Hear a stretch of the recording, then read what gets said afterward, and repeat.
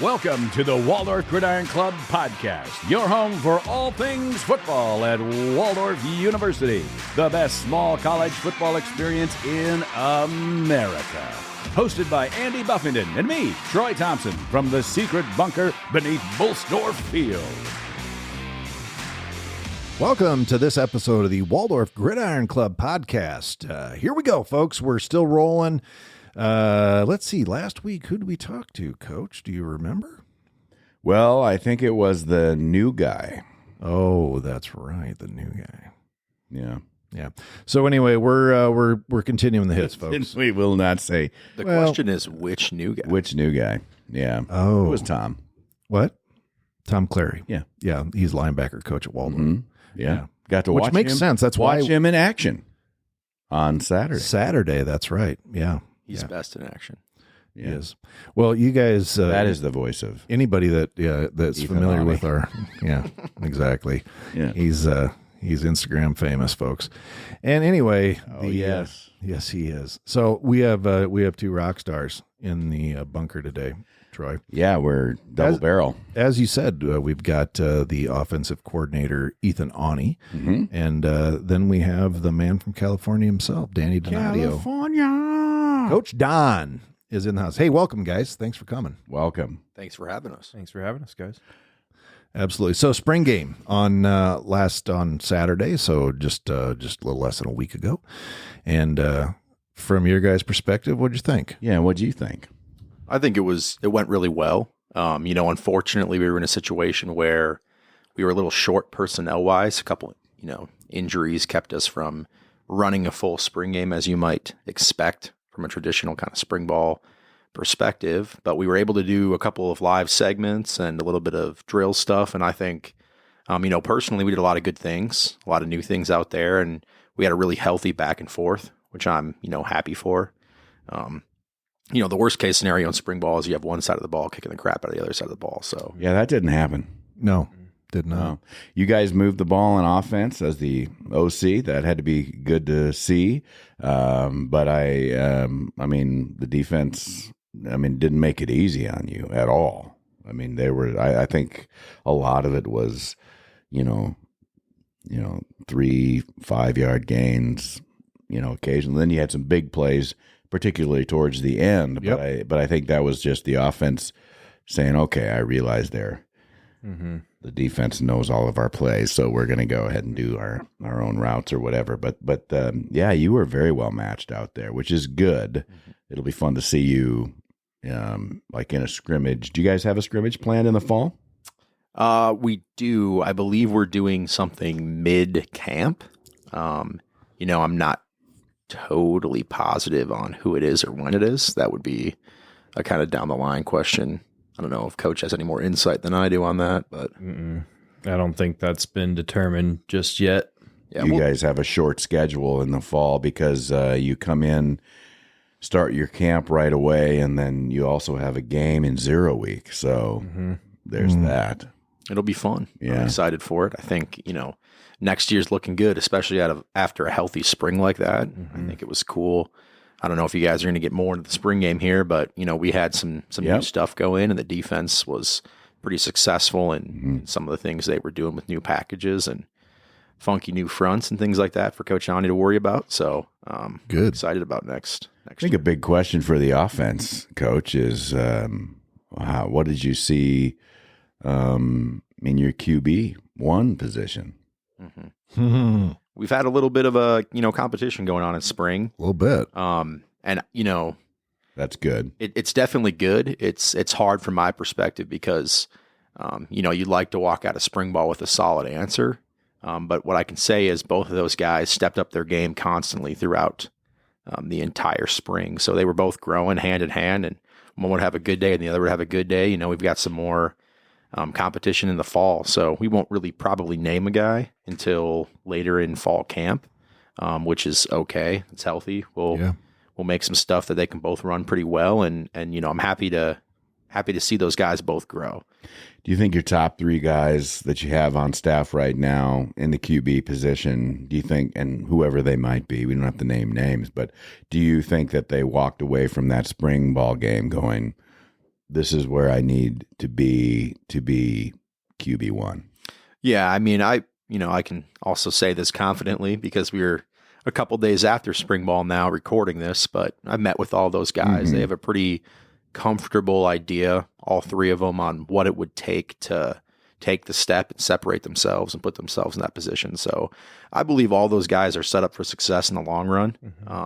Especially those top two guys. Three's got a little bit more of a road to go to compete. And, we're bringing in some healthy competition for them too. There's more guys that'll come to the party, and I'm excited to see just how it all works out. That's really my theme for post spring ball is at a bunch of different levels in recruiting. We've been pretty successful this off season, thanks to, a healthy recruiting class and a good effort from the coaches and, new organization and our new recruiting coordinator.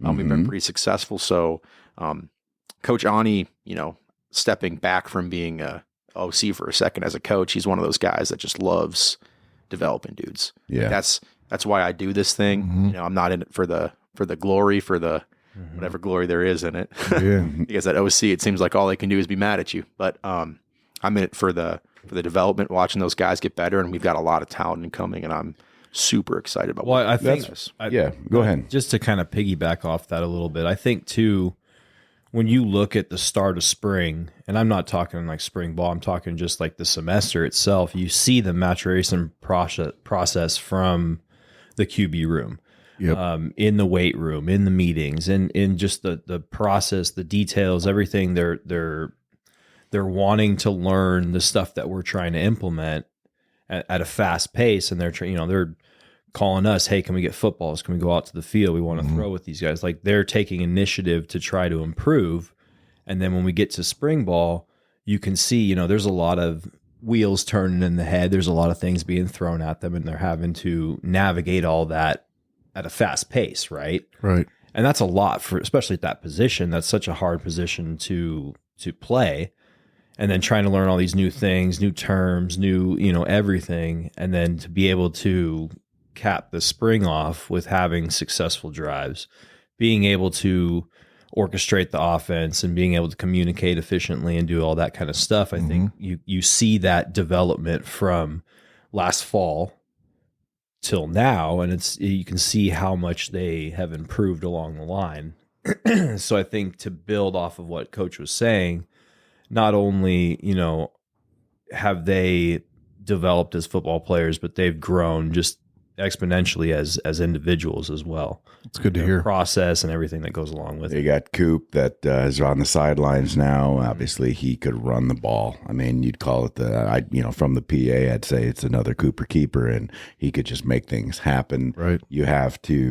That's something that you have to develop in a quarterback. He's got to know the routes. He's got to know the game. He's got to, look, that's one of 11 or one of 22, depending on how you want to look at it. And so yet fans talk about, okay, so Coop's gone. Who do we have to replace him? And it's just like the NFL in some ways. It's like, who's our quarterback? And so that's going to be a question that's not going to be answered in this episode, ladies and gentlemen, but it is a fun conversation to have. We've got some talent on the field. We saw some good things.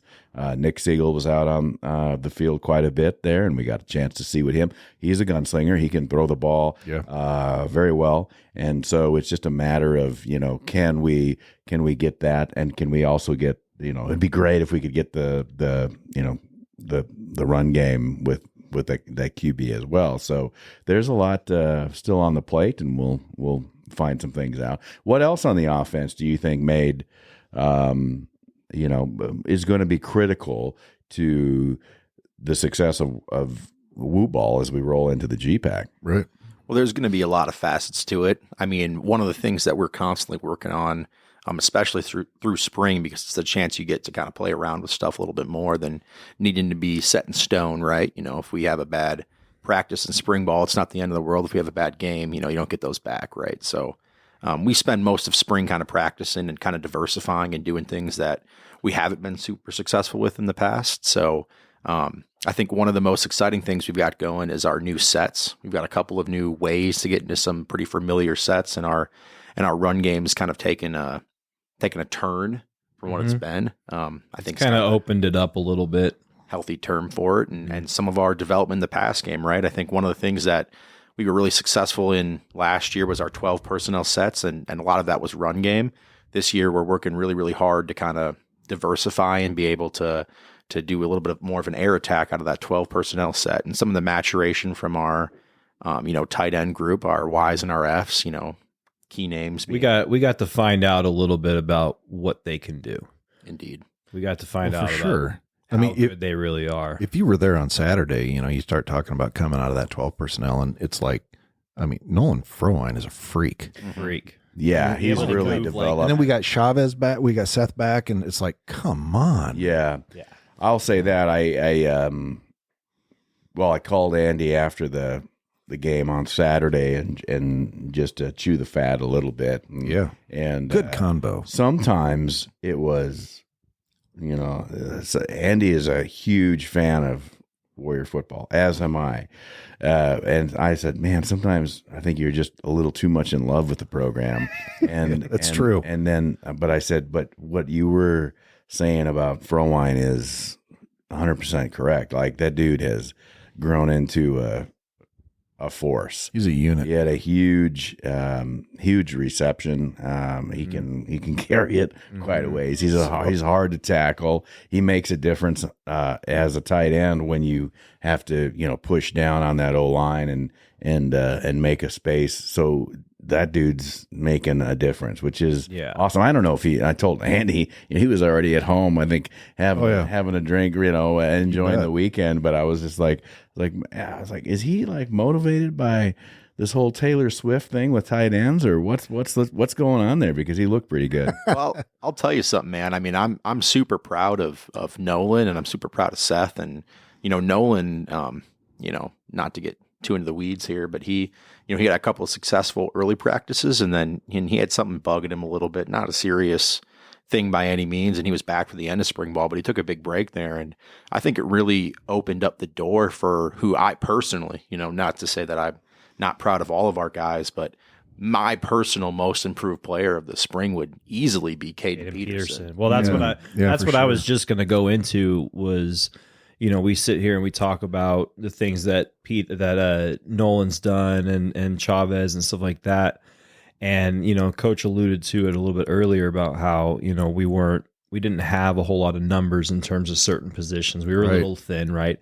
But what that allowed was for our young guys and some of these guys who didn't get a whole lot of reps previously, they got a bunch of reps, right? And I mean, pretty much every rep throughout spring ball, these guys are getting, I had sometimes 5 receivers that are having to play 4 positions throughout the entire, you know what I mean? So Caden Peterson got put into a position where he had no choice but to figure out a way to improve, right? Listen to the things that we're trying to teach you. It's your time, bud. Yeah. This is your time. No, Frohine's out. It's your time to pick up the slack and be that guy that we can count on, right? And, he had some moments where, he'd get down on himself for making a bad play or something like that, but it's like, dude, we all make bad plays. Sure. Move on to the next one, right? Learn from it. Mm-hmm. And he really took that to heart, obviously with Coach Aune in his corner and all that stuff. He really took that to heart, and he just came out of nowhere and just started doing awesome. Where did this kid come from? Catching everything, running routes, deep routes across the middle, catching the ball in traffic, taking the shot afterwards and bouncing off of it, and then continuing to run. Nice. Where'd this kid come from? So I would 100% agree with Coach Aune on that, saying that he has to undoubtedly be the most improved player of the spring. I think anybody on the end, offense or defense, is that's a special position, because if you're a tight end, you're a lineman, but you're a lineman who can glorified lineman. You know what I mean? And and just the what it takes to accept that, and say, well, sometimes maybe 90% of it depends on what the scheme is for the game, and it's like, well, I'm going to be nothing but crushing down on somebody's shoulder pads this whole game. Or it could be, maybe one time I'll get a chance, for that ball. So at that tight end, D end is the same situation. They get blamed for everything. Somebody gets outside of you, you suck. If they get inside of you, you're like, Oh, he why didn't you broke crush contain. down on them? He broke contain. It's like it never ends. So it's like anybody on the end of the line is always in a tough position. They're always about the same height. So it's like it doesn't matter offense or defense. Which one are you? Are you Bruce Smith or are you a Kelsey brother? But it's like it's just crazy. I mean, I realize that the other Kelsey brother is a center, but like either way, was a center. Yeah, he retired. Now he's just dancing. He's just living his best. He's having a great time. Yeah. But either way, if you're on the end, so that's awesome. And you to play that position, I mean, you have to be a person of a caliber that says, I can catch the ball. And probably in high school, I know Frohline, wasn't he was he a running back or was he a quarterback? He didn't start playing football till his senior year. Yep. Oh, is that right? Yeah, he's a basketball guy. Caden was a receiver, I think, if I'm not mistaken. No, Caden played tight end, and he ended up blocking a lot. But he would, when Van Meter, man, taking those deep runs in the playoffs. That's where Bob Feller's from. Yeah, he had a couple of those situations where late in the playoffs he was, I haven't run a route in 3 games and I'm asked to do something special here and run a corner route and take a touchdown out. And that's some stuff he did. So, and we kind of moved on a little bit, but I'll tell you, I can't get enough chances to dote on the improvement Caden Peterson made. Yeah, absolutely. That is so good to hear. Yeah. I'll say this, man, it'll be regardless of how my career goes in whatever direction, right? This will be one for the books and the level of improvement a single player made in one spring ball. I can't tell you. I'm just outstandingly proud as a coach to work with a kid like 100%. that. And I just wanted to comment on the eye contact that you all made when I said, Bob Feller's from Van Meter. You guys just nobody was, what are you talking about? the heater from Van Meter. The heater from Van Meter. Bob Feller. Okay. Yeah, baseball great. Yeah. Anyway, sorry. They got a lot of baseball. There's somebody out here listening to this going, oh, yeah, Bob Feller, the heater from Van Meter. Well, and KP, I guess, is what I affectionately call Caden Peterson. Funnily enough, his Affectionately. first name does not start with K. No. But with a C. KP, anyway, he was a pitcher as well for Van Meter. Did the baseball thing, too. Fantastic. Well, they got a good program down there. They sure do. Every sport down there in Van Meter. Absolutely. Mm-hmm. So Coach Don, how your receiving core? I mean, you said you got about 5 guys that were going crazy. I have about 10 guys. Yep. But with injuries for some guys, we had a couple guys go down early. Yeah. I usually have about seven or 8 that are healthy at practice, but we had some days where guys were gone or guys were sick or, just typical stuff. Of course. So, like I said, I think the guys that we had, young guys, some veteran guys, albeit they all had chances to improve on their craft. I thought we got a lot better in a lot of ways. Good.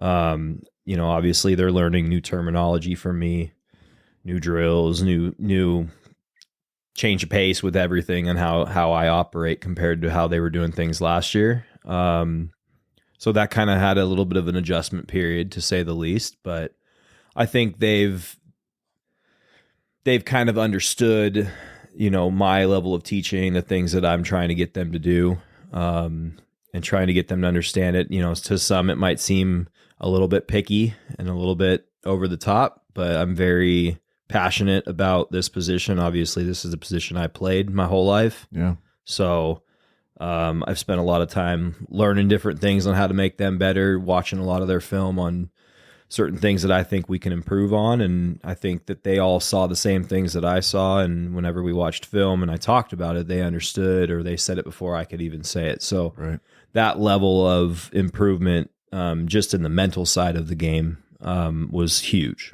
especially among those guys that were consistently getting reps. And, I grade all of the receivers out. So every practice they would get grades. Good.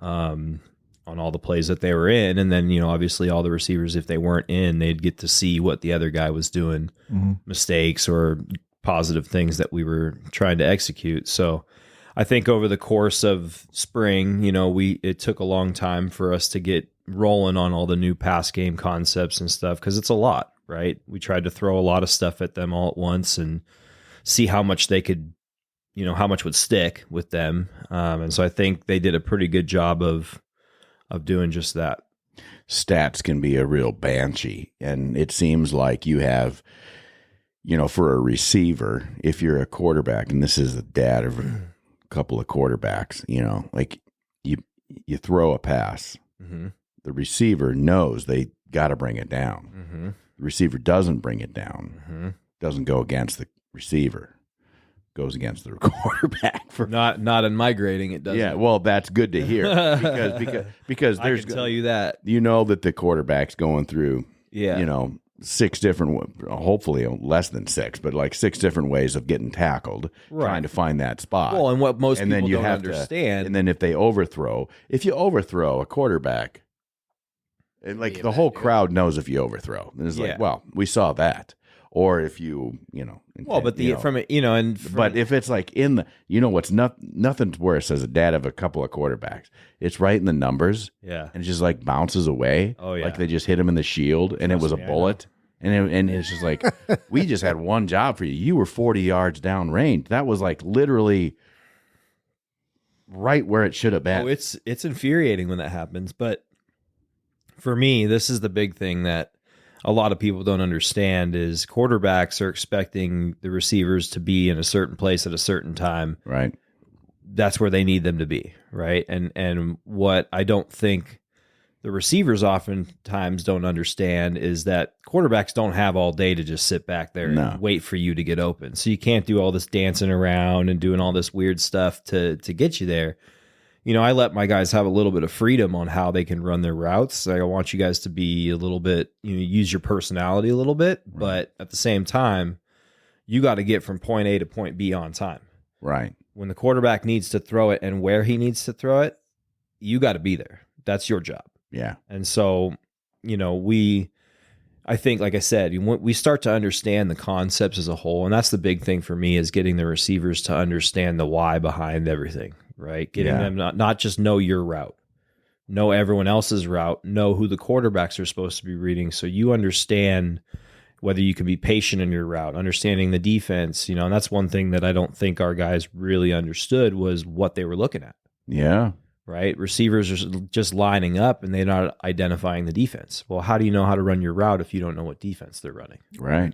Because and every defender knows this too. So and a lot of those defenders coming from high school, particularly less than 3A, like if you got a 2A player, that kid's played probably receiver and is also a corner. Right. Or so he's going to know everything. So it's like, well, I just need you to run this. I need you to run a fade or whatever. Yeah. Like, well, the shortest the distance between 2 lines is just a straight line. It's 2 points, right? So you should have the freedom to go wherever you want. Do you, between the OC and, do you guys just say well, I need this to be on the 19-yard line? Like that's your spot. So I don't care how you get to the 19-yard line, but you have 3 seconds to get there. You can go all the way to the other side of the field if you're that fast enough. I mean, that's ridiculous. They just gave each other a look. Did you see that? Yeah. What is that? Well, it's a little bit more complicated than that, right? I think there's a little bit of finding that balance in the pass game. I think, one of the things that we did best this spring is really grow our pass game in a lot of ways. And part of that is for me, I'm developing, right? I'm a young OC. And one of the things I'm learning is that you can't teach a wide receiver the way you teach an O-lineman, especially routes. A lot of that is giving them a little bit of chance to be who they are within reason bounds. Yes. Yeah. And there's certain things that are important, right? Like an inside release and an outside release are a lot different, and it kind of changes the way a defense looks a lot of times. So we have to be maybe sticklers on those kind of things and making sure we're relatively similar in timing between receivers. But there definitely is an element of freedom there that is much more important for the wide receiver position group. Yep.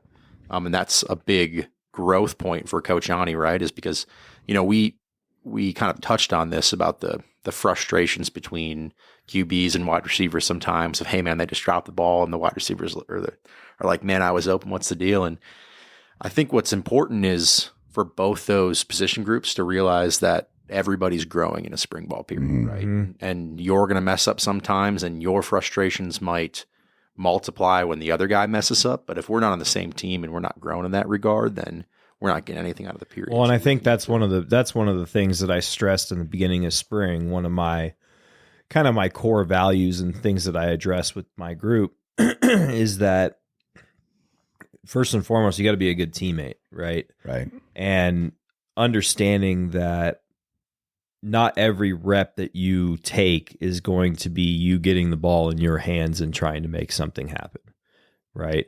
So like I'm a big believer, and this kind of goes hand in hand with like when blocking, right? If it's a run play and you're on the backside of the run, what are you going to do? Mm-hmm. Are you going to just kind of jog off the line? Because I don't want guys like that. Yeah.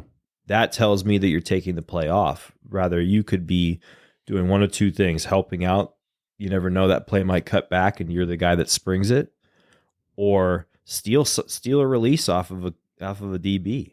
Find out information on that guy that you can use against him later to now get the ball in your hands and be successful, right? So I think every play, that's the hardest part at this level, in my opinion, is getting guys to understand that not every play revolves around them. Yeah. Right. And, when There's probably cross-level training in that too. I mean, you got, the offensive line coach is the OC. And if there's one thing that you could say, well, what makes a offensive lineman superior is probably footwork. I'd say the same thing about defensive line, but the footwork matters. So if you show up as a receiver, mm-hmm. you're an end out or whatever, like you're out and it's like, well, this isn't my play. And if I'm a perceptive defender, I'm looking at your feet going, he ain't getting the ball. He ain't getting the ball today. I don't even need to worry I don't have to worry about him. Exactly. And you can't do that if you're an offensive tackle or a center. Or you can't do any of that because you're just like, you'll never know what I'm going to do. And I know the play and the count, and I can't give it away. Yep. I certainly, because you see that like in junior level, like high school level line, like their feet point where the play's going. So like I would tell my kids that as a Pop Warner kind of guy, I'm like, no, their feet are going to show you exactly where the play is going to go because they can't help themselves. You can't do that at every higher level. Nope. And you can't do that as a receiver. Absolutely. Or whatever other body language says, I'm taking this play off. Correct. And it has everything. I mean, it starts with your stance. I mean, as a receiver, I can tell just based on how you're aligned. Yeah. Whether you're going to be. I'd want that cornerback to think like I'd act maybe a little more like I'm on cocaine or something like that. And like a little more janky, like this ball's coming. Well, and it's coming to me, and think, it's like I think it's coming to him this time. One of the big things that I was really trying to just kind of instill in them over the course of the spring was to get them to really appreciate blocking and want to block and be so thrilled to do it that it's like, okay, calm down a little bit. Like I want it to get to that level where I have to tell you to kind of chill a little bit, right? I don't want to have to push you to block. Mm-hmm. You should want to just go smack somebody, right? Yeah. You should want to go hit somebody, free shot on somebody. What are you scared of, right? Like if that's what it is, if you want to take a play off, then take it off on the sideline and let me put somebody in that actually wants to work, right? So I think with going into this spring, having the numbers that we had, I got such a good opportunity to start to ingrain that into people and into the guys that we had, and they really took blocking serious, right? And when they didn't, and we talked about it in film, they knew they're like, I gotta step it up. So I think that was a huge improvement just in that, because we, if we're going to be successful in the run game like we have been, the receiver's got to be a pivotal part of blocking. For sure. There's no question about it. Well, and I'll say this too, to Coach's credit, our perimeter runs became much more efficient in this spring period. I don't know how versed everyone listening to the podcast will be on the offense last year, but our most successful section would have been our inside runs, right? We were big inside. We were pound the ball. We were going to get in your face, and we were going to add hats and gap scheme kind of styles. And this spring, man, we run a lot of perimeter runs, and to Coach's credit, especially on those perimeter guys and the wide receivers, our perimeter runs were highly efficient. This spring, especially some of our more interesting motion schemes that we did off of it really showed up. So, and I don't think our safeties liked our receivers blocking on them too much. Not much. Well, We're not used to that. And that leads me into the next part that we have the luxury of having two offensive coaches here. We don't have any defensive coaches here that would like to talk about all the wonderful things they did. But from your guys' perspective, when you're looking across the ball at what you're seeing from some of the talent here at Waldorf, what are some of the things that are standing out to you guys? Some of the things that you noticed from an offensive point of view on Waldorf's defense during the spring season? Well, I'll say this, man. I mean, we've had a lot of our players grow hugely. Mm-hmm. I think it's Young guys. It's super exciting to see, especially guys that are moving around and stuff. But and I'll get into that into a second in specific situations with specific guys. But I'll also say this, the addition of the two new defensive coaches, Huge. I think was unbelievably impactful this spring. Yeah, you much could more see than that. you'll Feel the see same way. in a lot of programs that aren't making such big changes. We had guys that completely revolutionized the way that Coach Chop at times looked at issues. Mm-hmm. And, for me to see from the other side of the ball, I was just super pumped up about that. I think we did some new package stuff and we did some new schemes and we were aggressive in the blitz with new schemes that, Coach Brummer and Coach Cleary both brought in. And man, was it exciting to see. It was exciting to see growth. Definitely made an impact. If you have like Brummer comes in, he's a technician. He changes the footwork in the first 3 weeks of, practice First for 3 spring minutes. ball. And everybody is changing, just the business of the game. Well, that's good for your offensive line because now, let's just take a look at like Dickinson State, my favorite, Everybody's favorite. Well, they had linemen that it could Big dudes. They could beat the Thunder. So you have to say like, well, I'm going to compete against you, and I'm going to show you the right footwork because that's what you're going to be playing against, and that was huge. So that made a big difference, and that's why it was like most of the time it was like 1, 2, 3 yard gains on offense. The defense would have some success. The offense would have some success. There'd be some breakaways and things like that. Well, I think the big thing too to consider here with the defensive side, they were just so multiple with what they were doing. And our offensively, we're trying to teach the quarterbacks to ID safeties and find conflict players and all this kind of stuff for their progressions. And we're sitting there watching film and it's hard for us to even ID it, right? Like it looks like they're in 2 high, they rotate to a 1 high. You're like, God dang, they did it so late. They're bringing a guy from depth. They're doing so many different things that we wouldn't typically see necessarily. Like a lot more of the defenses that we might see are going to be a little bit more traditional in terms of your traditional sets that you might see to ID, right? I'm not saying that scheme wise would be easy to ID, but to ID a 1 high or 2 high safety, it's going to be a little bit easier with the other teams that we're going to play. But with what they did, it made our guys work 10 times harder trying to figure out what they were supposed to be doing with rules. And that's where a lot of their success came from, just with causing confusion in their movement and their stems and their twists and all that stuff that they do.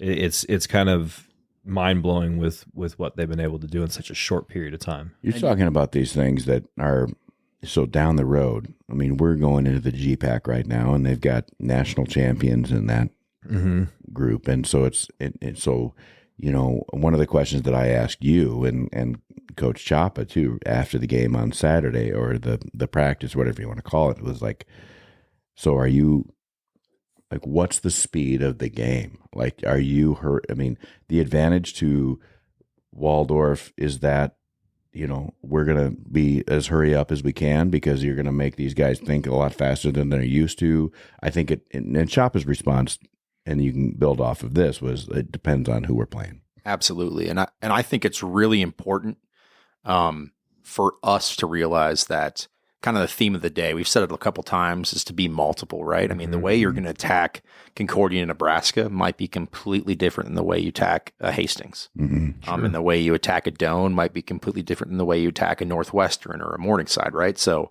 on his end of things, on the defensive side of things, it's being able to play at all those different tempos. Offensively, we focused on heavily becoming as multiple as possible, right? Because sometimes a check with me is just brutal on the way a certain team likes to play defense, right? They might really have tendencies and be really solid in the way they attack things and have good plans on how they want things to go. So if you can change things late pre-snap and you can read them, you'll have a really solid plan to be attacking and be perfect. And there's some teams that are like, hey man, I can read what the defense is doing or read what the offense is doing, but I can't adjust fast. I can't change things. Right. So, a tempo offense where they can't get guys on and off the field because they're trying to personnel us. I mean, we're doing a lot of things to make that really, really hard to do. And I think it's exciting in that regard, the tempo of the game. Now, that being said, we introduced a couple new things this spring, a couple new different tempos on things. We have a new NASCAR tempo, which is, a couple of plays where we're calling really, really fast. So as, a wide receiver's catching the ball that we throw out there, I'm yelling NASCAR 1, and that's got a certain play set for it. And our offensive line is sprinting to the ball because they know NASCAR 1 means block down left, right? And it's super, super simple. But if the defense tries to change anything, we're going to get a huge gash run on them because they're having things change fast. And we also introduced a new huddle structure too. So, some of the football that you guys saw in the fall might be a little bit different now. We might go a little bit slower for certain teams that were a little bit more conscious of the fact that they're really good with tempo. They're really good with getting generalizations out there on defense and having a general game plan of what we're going to do next, but they're not really good with dealing with a very detailed plan where I, run 15 seconds off the clock, have a play in there, and then our guys break quick, run, and we get set and we run, so they can't adjust at all. It's also really, really difficult to have a defensive line play repetitive snaps over and over and over and over again and never being able to substitute, and then you're just running the ball down their throat. Yeah. Right. And then you pop them with a big one over the top because they're not going to get pressure. Yeah. Right. They're tired. You bet. The second a defensive lineman does not go down into his stance right away, you've Got him. Yeah. TCU had a few years ago quite a bit of success with hurry up offense. Obviously, you can't do that every single time. People will prepare. They'll prepare for that. Yeah. So it just is good for the listener. You're sitting at home going, well, it's X's and O's. What are we going to do with X's and O's? But it's so much more than that. It's X's and O's times personnel, times time, times game clock, times management of that game clock, times whatever. I mean, it's like there's 11,000 factors that you're trying to game plan, and you're doing that every single week, and you're doing it in a conference that, half of the teams, they're no joke. No joke. For sure. The other half of the teams, we're going to, say, hey, welcome to Waldorf. Yeah. But I think that's the point, though, is to play against those types of elevated competition. You have to elevate your standard. You have to elevate your preparation. You got to elevate the way you go about doing things and carrying yourself as a team, which I think we've already started to do just that, right? Like starting in January when they were in the weight room, I mean, you could see a significant change just in the numbers in there, right? And then just the culture and all that, the standard, like I was talking about, when you establish that and you let them know, like, okay, everyone, we understand what we're going into, right? We know that we're going into a tough conference. We know that we're going to have some tough competition, and that doesn't scare us. Right. Yeah, Right. I'd second that in a lot of ways. I mean, I think it's definitely a fact that we're going into a more prestigious, more difficult, and oftentimes 100%. more, You can say better. better in More a lot credible. of ways. Conference. You're looked at differently going into that conference. That you have an expectation that you have to live up to. And I'll tell you this, though. Do you see yourself as an underdog? Not necessarily. Okay. I think one of the things that I'm trying to get at here is that the process of Waldorf growing and getting better and evolving to become the GPAC Waldorf that it's going to be has a lot of those steps have taken place. I think we're ready for a lot of new things. I think we're evolving as a staff to some of the challenges we'll see. I think our guys are not scared and not stepping away from the challenge, but excited for it. And I think we've got a lot of new pieces coming in here, and kind of that recruiting class, which I alluded to earlier, that are very much so going to grow in a GPAC environment and be a GPAC team. And I'm super excited for that. I'm super excited for our ability to grow and have new pieces. And I think it's just awesome for Waldorf as not only a football program, but a university to be in this position. Well, how do you see it as? Sorry, Andy. I mean, how do you see it as a coach? Because like there are times that you look at a game and you go, oh, we were outcoached. You guys are a young staff. That's got to be exciting because you have the opportunity to do some things that they've never seen before, try some things that they've never seen before. But you're also running against some veterans that have seen just about everything. So how do you feel about that? Well, and the thing about it, instead of maybe looking forward, I can talk backwards for a second, but that North Star environment that we were in, that's about as terrible of a situation for a coach as you can possibly imagine. The fact that you play every team twice means that hard enough to beat a team once. You're going through that second half of the season after a 10-hour drive. Your guys and their guys have already predetermined what the game's going to be in their head.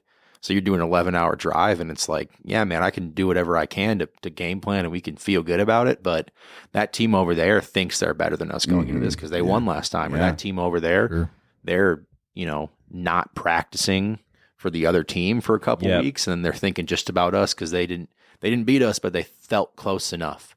Well, that was my when you asked that question, that was my immediate thought was like going into the GPAC.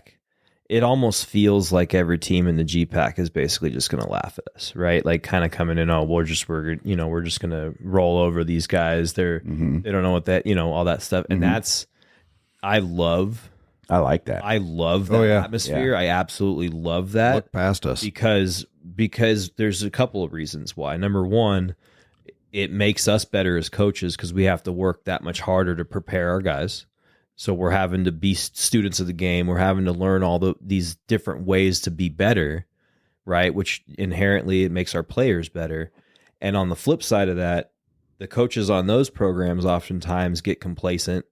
They're so used to doing things a certain way and, we've been successful, this, and that. Yeah, we're playing Northwestern. We've played Doane. We've played, whatever. And I think that they kind of lose, and this is more of a generalization, but they kind of lose track of actually coaching, right? It's more of just like, here you go, do the things that we know how to do, and let's go.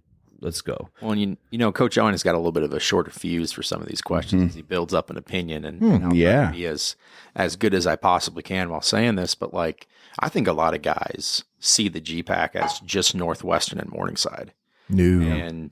And I think I love that. Just a total misconception of the situation we're walking into because, I've got a lot of respect for, and I wouldn't talk down on the staff ever at like a Briarcliff, but we've competed with a Briarcliff. I've been here and I've played Briarcliff every year I've been here, and we've been fortunate enough to have pretty good game plans going into those games, and we've been successful. And Briarcliff was a game, if I'm not mistaken, as a team, they won 4 games in the GPAC last year. They did? And they had a couple of games beyond that were much closer scores than the scores between us when we ended up coming away with the victory against the Briarcliff team. So they could have easily been 7 victories last year. And to me, sometimes hearing some of the, hey, what is Waldorf going to be in the GPAC? It's a little frustrating because I'm like, we're going to be totally fine. We've competed with a team who ended up middle of the pack in the GPAC last year, 3 years in a row, and been pretty successful. And that's not talking down or, I'm not here to give any billboard material to Briarcliff. No. But I think a lot of times guys get down on themselves. And I think that's a really sad kind of state of some of the players that are in kind of this generation of guys. Is it's very easy to get them super high or super low, but there's not a lot of like emotional stability sometimes. And that's one of the things as coaches we have to, we're blessed with the opportunity to develop these young men. And that's something that I think throughout my career, as short as it may be, I know sometimes I get laughed at for being the young guy. But that's such an important part of me trying to connect with the guys that I'm coaching. And I really believe that that's the biggest thing that I've, kind of been a theme throughout my career. And I think to build off that too, you have to get them to believe that they're going to be able to compete with these teams, right? You don't have to convince teams like Morningside and Northwestern that they can beat teams. They've already done that. They have a history, right? You have to truly get these group of guys to buy into it and to believe that they can go in and ruin someone's party, right? And I love being in that position of being able to go in and ruin someone's party, right? Because that's just like what he was saying. Like nobody, they kind of like look down on you. They kind of think, oh, they're the new guys and then we don't have to worry about them, all that stuff. But we're going to be just fine. We have the right mentality. We have the right mindset. We've put in a lot of work. We're going to continue to put in the work.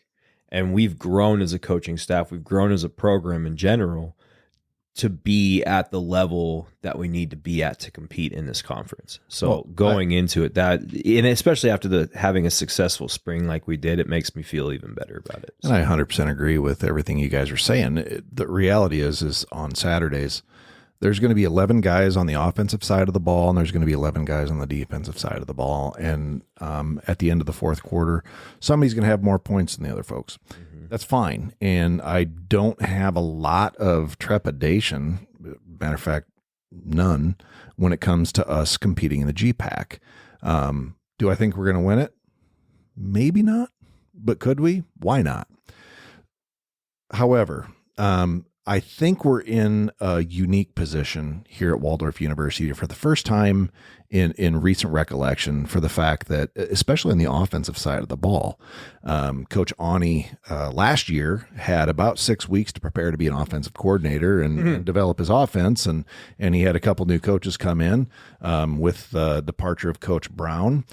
We didn't bring in a new guy necessarily. We have Cade Kloster-Hodak that's helping out on the offensive line. The guy knows his stuff. We have Jordan Cooper coaching our quarterbacks, that he knows the program. He knows the coaches. He knows the kids. On the offensive side of the ball, you can say that we have a lot of advantages. But then on the defensive side of the ball, we got Coach Chapa, Coach Brummer, and Coach Clary. A lot of depth. But the reality is that with Coach Brummer and Clary being the new guys, it feels like we found two pieces of the puzzle that just fit fine. Like, oh, there they are. Click, click. So I have so much optimism coming in with our coaching staff and our kids. You know, as you were talking earlier about the quarterback battle, if you will, my hope is that this fall there's going to be 4 dudes out there that you could flip a coin. I mean, that's my hope. And again, we always talk about iron sharpens iron. But the reality is that, you know, there's 2 right now that are looking really, really strong. Who knows? We got a young man that might go back to Minnesota and come back, just impress the hell out of us, and then a transfer, a freshman or something like that. That's just at the quarterback position. Then the receiver position could be so many different ways as far as on the offensive side. Offensive line, running backs, and we've got stud running backs right now. I was so impressed with our running game. And that's not just our running backs. I understand that's our tight ends and our receivers doing their job downfield. That's our obviously offensive line doing what's right, because Coach Aune would love to be just a run heavy guy since he's a O-line dude. I just have a lot of optimism. And as far as anybody saying, well, Waldorf, GPAC, you know, whatever, we're going to play the games and we're going to have success. And I don't know if, I think a lot of the coaches in the GPAC don't look at Waldorf like, what a joke. I honestly think that they understand what they're getting. Are we the Kaisers, the Morningsides, the Northwesterns? Not necessarily, but I think that they understand what we're putting together here. And over the last few years, we're turning heads, and I think that's going to continue to happen even in the Great Plains Athletic Conference. Yeah. And I'll say this, I mean, you know, maybe I'm not the oldest guy here. Coach Chop still takes that title, right? But I've been around the program for a couple of years, a couple of spring balls, and I've never had a moment in my career here at Waldorf where it's felt like everything feels so right.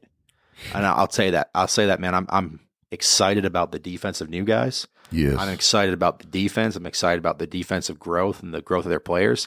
I'm excited about the offensive growth. I think we've taken a lot of steps. I think we're going to become a lot harder to game plan. I think me and Coach Don have grown closer and together and gotten better. And I think our players have taken huge steps. I mean, and you know, Coach Chop might not agree with me on most improved player being Caden Peterson, because I think he's got his eyes on the defense a little bit more. Imagine. But I think there's a lot of guys on defense that could easily have that crown on him too. And I think as far as Waldorf football goes, there's never been a time in my recollection, now I am only 3-4 years here, but where every single aspect of it feels like it's going in such a positive direction at once. Okay. Usually there's like a little bit of give and a little bit of take and everything, and you're always trying to build the mountain as you lose a little bit. But right now, I feel like we've grown in so many aspects, and what's exciting is I think a lot of our guys know that we're not quite there yet, and they're all committed to taking that step together. And that's such a huge relief and warm, fuzzy feeling as a coach, knowing that like our guys are bought into this and our coaches are bought into this. And it's just a really exciting time to be at Waldorf University. You've got record-setting speedsters coming in as recruits. Not bragging, but I just know that there's some people that, you can't, like Coach, Chapa says, you can't teach speed. There's opportunities for special teams that maybe we haven't seen before. I think last year we struggled a little bit on special teams, particularly, on the kickoff return. You just like, well, how do you get, can you get the damn ball, and then go. And so there's a lot of opportunities there on the other facets of the game. I'm just curious, because of you were kind of Aune attached to the hip with Paramore to some degree, and then you became the OC.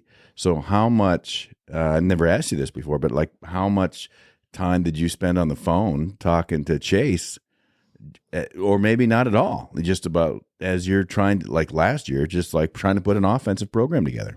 For sure. Well, I'm not gonna. I'm not going to out anybody here, but surprisingly little. I've got, Chase Paramore's got a complicated history at Waldorf, did a lot of great things for this place, did a lot of things that some people might not be excited about hearing about this place. And and I get that me being such great friends with him sometimes puts me in a position where it feels like I am aligned with him. Yeah. Complicated history. I love it. That's a nice way to put it. Yeah, I love you, Chase. And, congratulations to Chase Paramore. Yeah, new father. Oh, congratulations. Yeah, Chase and Yadira. I sent him a text and still haven't heard anything back, so he's dead to me now. Yeah. Well, no, he's got 1,000 unanswered messages on his phone, like he did when he was here. Yeah. But I'll say this, Coach Paramore, I owe a lot to as a good friend. I did not call him very often when it came to designing things. I surprisingly, I'm a run game guy, right? And run game OCs sometimes get a bad rep for only run the ball. We took and adopted a lot of the stuff that Coach P did last year, and I took and adopted a lot of the stuff that I had grew up on. I've had some great coaches in my career that I grew under. I grew under, Shannon Currier at at CSP. Now I've been at Waldorf long enough that I messed it up, but he, I've learned a lot of things under him, playing under him. And then, there was a coach there for a couple of years while I was a GA, Coach Adam Kiefer, who taught me a lot of things. And we adapted a lot of those last year, where Chase was a little bit more of a run and shoot guy. And we took a lot of those run and shoot principles and adapted them in. But I'm trained classically in the air raid. I like to say sometimes, even though it's a little bit nicer than maybe football deserves at any level. So we ran a lot of air raid concepts and a lot of air raid stuff last year, and maybe even changed some of the terminology from stuff that Chase did previously to stuff we do now. And, my offense, I guess, our offense, I don't like to say my or I a lot. I'm a big we guy. A lot of the stuff that's been adopted has been taken from a lot of places and adapted into what's particularly successful for us. And I like to say this a lot in recruiting, and I say it all the time, man. Every single recruit will say this word for word, but I am not a air raid guy or a run and shoot guy or a gap scheme guy or a zone guy. I'm a Waldorf football guy. And if there's ever a situation that I can put us in to be successful, that's where I'm going to put us, regardless of what I believe in from an offensive scheme perspective. And I really hold that deeply, that my number one job as the OC is to put us in the best position to be successful I can possibly find. That's WUBall. There's an Chapa would say, that when it comes to Well, actually, Andy, you've reiterated this. Well, you're actually the one that said it. I'm sure it was me. People that, if it was smart, it was me. D-backs are big chatterers. Oh, yeah, But I'm going to say the same thing about running backs.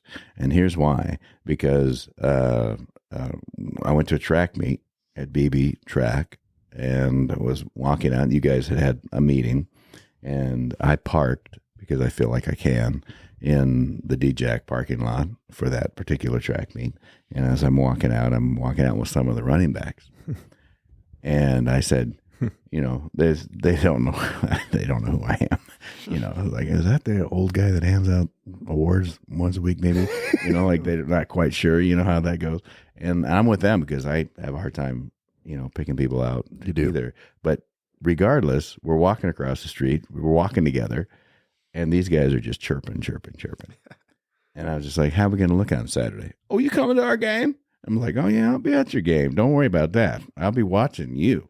And they're like, well, the running back's going to run all over those D-backs. You watch that. All you're going to see is the running backs go from here to there. That is what you're going to see.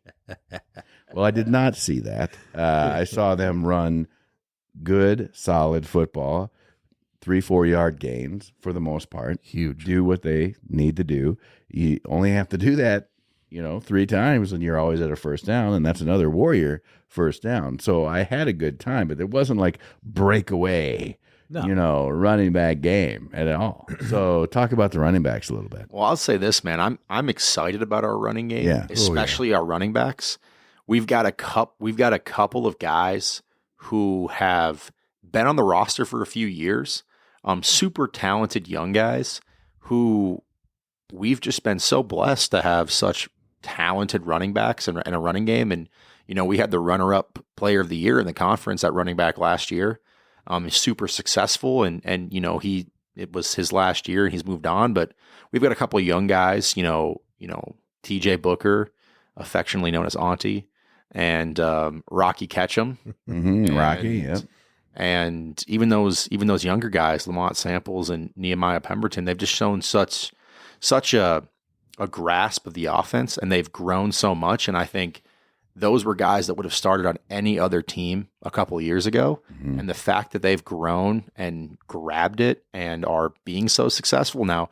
Troy, I was there at the game too, and I'd have to agree. Yeah, you were. Disagree with on the other side. Yeah. I would genuinely have to disagree with you in a couple places. There was a couple of runs, especially like TJ Booker took that swing pass that he took. He did. Yeah. And he went, a little bit of a jab step left, a little bit of a jab step right, and he was just all of a sudden 14 yards down the field. Kept on going, yeah. These 3 and 4 yard gains we keep talking about. Yeah. 13 yards every once in a while. Yeah. And we cut back an outside run with Rocky Ketchum, and if I remember correctly, well, I do because I made the stats. Yeah. I think he got 12 yards. Yeah. And we had a couple of pretty big runs. Yes, you coming did. Off a Rocky inside run, or excuse me, a TJ. This is a whole team show. So, the best part is, I wish this was on video because Troy is uncomfortable as a narc at a biker rally right now. He's like, oh yeah, and how about TJ's 14-yard run and Troy's? Listen,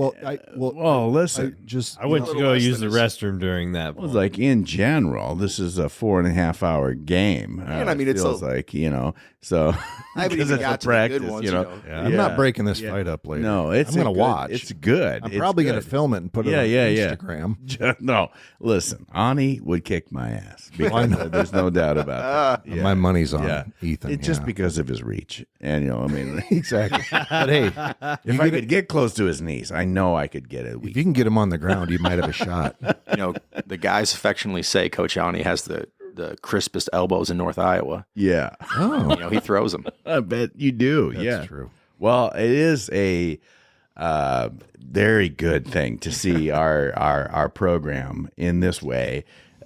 You walk away from Saturday and sometimes you go, well, I don't know if we're strong enough. And then you look at other things and you go, well, I mean, clearly we're strong enough. And then you also compare it to, well, look, we didn't come out of a weak conference. We came out of a conference that is dying. And so you saw that conference, you had to play everybody twice. Okay, well, there are some advantages to that. You have to prepare for those games where you've seen somebody before. before, and they have seen you before. So there are some strategic things that are going on. We don't have the disadvantage of having to travel for half a day. And when I say half a day, I mean the full 12 hours of half a day to get somewhere, stop somewhere and do all of that. We are now with half that distance from everybody. For sure. So you've got just like this amazing, great conference and a great team, and you're figuring it out. Like this is, when I say figuring it out, I don't mean like figuring it out like, oh, they're just figuring it out. I mean, they're figuring it out holistically. The team, sure. You're sharpening that iron that you're talking about and getting the right people in the right spots.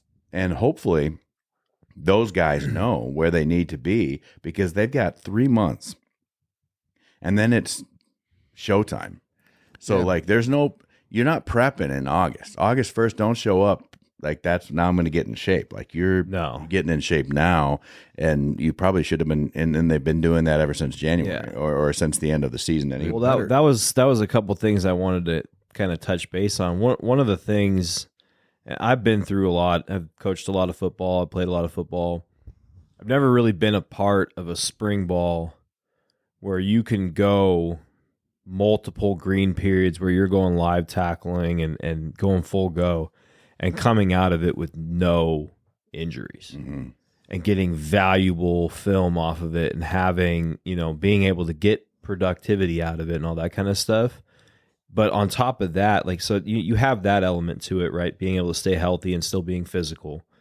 But then on top of that, being able to build a culture where the guys on offense and the guys on defense are, high-fiving each other after, telling each other how they did a good job, stuff like that, as opposed to, whatever other problems you might have. It's playful banter. You got guys that are chattering and all that stuff. But I mean, there was one situation after a practice where we hear a bunch of noise in the locker room, and we're, it sounds like a fight. It sounds like a fight's going on in the locker room. So we're like, oh no, like what's going on? Go in the locker room, and Coach, you were the one that went in there, right? It wasn't me, Coach. Somebody else. It was somebody else. So somebody went in the locker room, and they got a guy hoisted up on above everybody, and they're crowd surfing him in the locker room. It's just like we've had this is kind of some fun stuff that they're doing in the locker room. You think, oh, they're getting into it, they're having problems, and you go in there and they're crowd surfing a kid across the locker room. Yeah, I think our culture has taken some really big steps forward as a whole, and that comes from maturation of guys, and some guys moving on, and some guys coming in that are ready for it, and it's exciting for us. And one thing I'd like to say, I know we're getting a little bit deep into the podcast here, and it's been a little bit unfair, maybe I might say, with the offensive coaches being here. So we talked a lot of offense. There are some defensive players I'd like to give shout outs to, if I'm allowed to. I think, of course you are. One guy who moved positions this spring was Xavier Warner. He moved back off the line of scrimmage, and he's back in a linebacker position now. I think he's took some awesome, huge steps, grown a lot, and I'm super proud of the kid. Another guy that, I give a lot of that Coach mentioned playful banter to might be a Jiren Mays. He played nose tackle for us. I think he's really grown up a lot. He had a phenomenal in this last year, and he's grown, and I'm super proud of him, super excited about how the steps he's taken and where he's moving to. Another guy who's really grabbed it by the horns, who was, been a young guy, but in a leadership position for the last couple of years, is a Keegan Handel. Yep. I think he's done some awesome stuff, including, another guy who unfortunately, had some injury problems later there in the spring, but an Aiden Williams, I think really took a lot of steps forward. And another guy I'd kind of like to point out to, who I think has taken a lot of huge steps and grown a lot, and it's going to be his senior year, is Deontay Morgan. I think, we took one of those one corner positions early in the spring and didn't let it go. And he did a lot of good things, and I'm super proud of the growth those guys had. So I know we've sat in this podcast and kind of talked a lot about the offense, and we got 2-0 coaches. So I get why it happened. That's what you get. But I would like to say, man, I'm super proud of the growth, not just the defensive coaches, but of the defensive personnel. And I'm excited to see where all those guys go, because and the ability of Jakeem Brock and Case and Handle as well. Yeah. Those guys leading everything and just being the example setters for that whole defense has been fun to watch. And the only reason I didn't mention those guys is because they were at the top of their game. Yeah. And I like to mention some guys improving and making big growth moments, but those guys are definitely leaders and taking those young guys under their wings and really showing them how to improve and how to learn and how to do all the right things. And they've really taken that to heart. Well, people, listen to the podcast, parents and fans of the gridiron, they just, offense plays an extra heavy role because, getting those touchdowns, getting those points on the board, that's what people are concerned about. Obviously, the old saying is that you win championships with great defense, and I think that there is some great truth to that. But you have to be able to get the ball across. Got to put points on the board. You got to get there. Yeah. So that's it's fun to have a couple of offensive guys talk about that, because defense is. Defense, we talk about tackles. We talk about getting, knocking the ball down. We talk about, bringing people down, making stops, getting those sacks and stuff like that. But we have got to get into the end zone, and that is always the fun part. For sure. So one of the things, it's been a while since both you guys, either one of you guys, have been on the podcast. And, we've talked a bit of football today, which is awesome. A lot of football today. And I love it. But not going to dig too deep, but, get a little bit personal lives. Coach Donadio, Sydney, your wife, was out in California. Is she still hanging around out there, and how's she doing? Yeah, I mean, she's still out there grinding away like she always does. Yeah.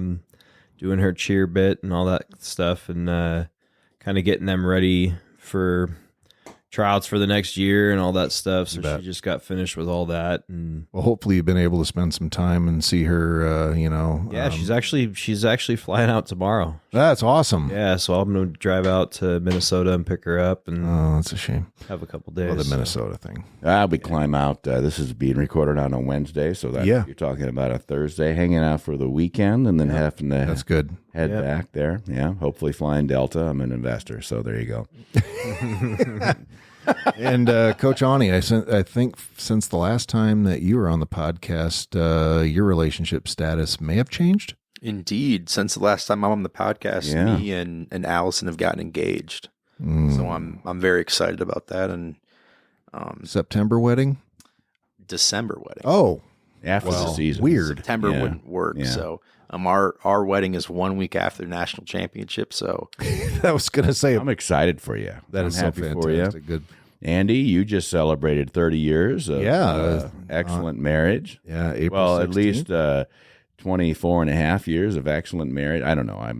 It's somewhere in there. It's always tough. You did a great job. Yeah, 30 years with my wonderful bride, Keela. Congratulations. Thank you. It's more congratulating me and condolences to her. Yeah.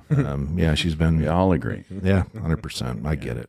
So it's been great having you guys on the show. Wow. Yes. We're a lot of times our fans and I got to give a shout out to Carrie and the Odegaards and everybody. You bet. Help me out. The Lindsays. The Lindsays, you betcha. They have a great. Got a great tent. They were there on the spring game, and they had. Those people are fans. They are. And fun to talk to, and they know the game. They get it. They love being down here in Forest City, and so. Well, what other reason do you have to start drinking beer at 10 o'clock on a Saturday morning other than football? Well, Andy, I retired about 3 years ago. So I don't need a reason, but all right, that's a good one. I mean, we'll start with that. No, so football coach, there'd be a lot more. Yeah, and just so Warrior fans, you've got the summer to prepare for it. Our first game is. A home game is that first weekend in September that we expect it'll be community night, and we expect we're having St. Francis come to town. Mm-hmm. We want to see the tailgate area filled. We want to see the stands filled. So you have time to prepare, and if you have not been and experienced Waldorf football, come to this beautiful town at this beautiful university. take some time, get there. Here in the next, hopefully a month or two, we're going to be sending out donation letters from the Gridiron Club. We have new leadership, which is a good thing at the Gridiron Club right now. And so, we're really getting focused on how we're going to raise some funds that are going to benefit these student athletes, the program, the fan experience, everything. So, we just want to keep that rolling, and we're pretty excited about this upcoming season. The summers never seem long until you start thinking about when that first kickoff is, and then it starts feeling really, really long. Absolutely. So. Well, it's just around the corner, and like Andy mentioned, you can visit our website actually to join the Gridiron Club, and we sure donate right there. You do that. We've seen those donations come in, and we can always take more. Look, everything that you spend on the Gridiron Club goes right back to the program, specifically Waldorf football, and that's what it's all about. Absolutely. So as always, we like to give our guests the last word. This is when Troy and I have something pithy to say, so that they can sit there and think about, Speaking of pithy, I'll tell you what. Oh, I'm going to have to do that as well. I have to pith pretty soon. I have to tell you, because this has been a fun. This has been a great podcast, I was thinking the same thing, Troy. Yeah. So whichever one of you is ready to, whether you want to talk to your family, our fans, your players, or just Waldorf community or the Four City community, whoever wants to go first, jump in. Oh, and they both present their hands to each other like, I think it's your turn. I would not like to usurp your ability. Yeah, we're going to have to get cameras in here because the body language is great. I would just like to say thank you for having me on. I know that sometimes I have strong opinions. Never. Unlike anybody else in this room. That's why we have you. So I don't get invited that often, but once a year is good enough for me. I have one strong opinion about D3. That's it. Everything else is fine. True. Yeah. And it's nice to be invited to stuff. Ask Coach Chapa. Yeah. Yeah, there you go. Coach Aune doesn't always get invited, and he's very excited when he is. So have me on more podcasts. I'd love to share more offensive football with you if you'd have me. Now, Coach, wouldn't it be fair to say that we should probably have like a session with just you and I and Troy, and we'll talk about means to definitely focus our chi?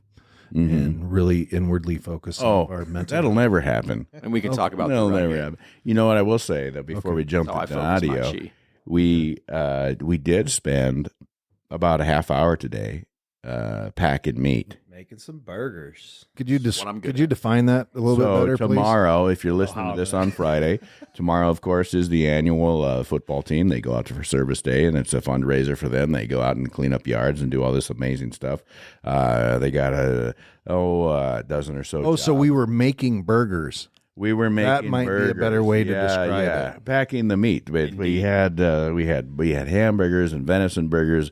Got those all squared away, ready to grill them out. All right, and that's going to happen. As this airs, we're going to do that. Happen tomorrow. Yeah, for sure. Coach Donadio, what do you got for us, my brother? Well, I don't know how I'm going to follow up after all of that, but I guess just thanks for having me on again, guys. It's been a real fun day, especially after packing burgers. Yeah, man. I think just I'm a being 2-year-old. Being here and getting to talk football is always a fun time for me. Yeah. So that's one of the you guys having me, and that's one of the great things about having coaches here. We have players here so we can get to know them. When we have coaches here, we want to hear about football. Yeah, and you guys definitely 110% delivered. So super excited about what's going on. It's going to be a long summer, folks, but just can't wait until we get the kids back on campus. Hell, they haven't even left yet, but get them back on campus, get into that fall camp, and see what we can put together for those first few games. And can't wait. Be here before you know it. All right. Well, hey, thanks so much, guys, for joining us here on the Waldorf Gridiron Club podcast. For Troy Thompson, this is Andy Buffington, and forever and always, go Warriors.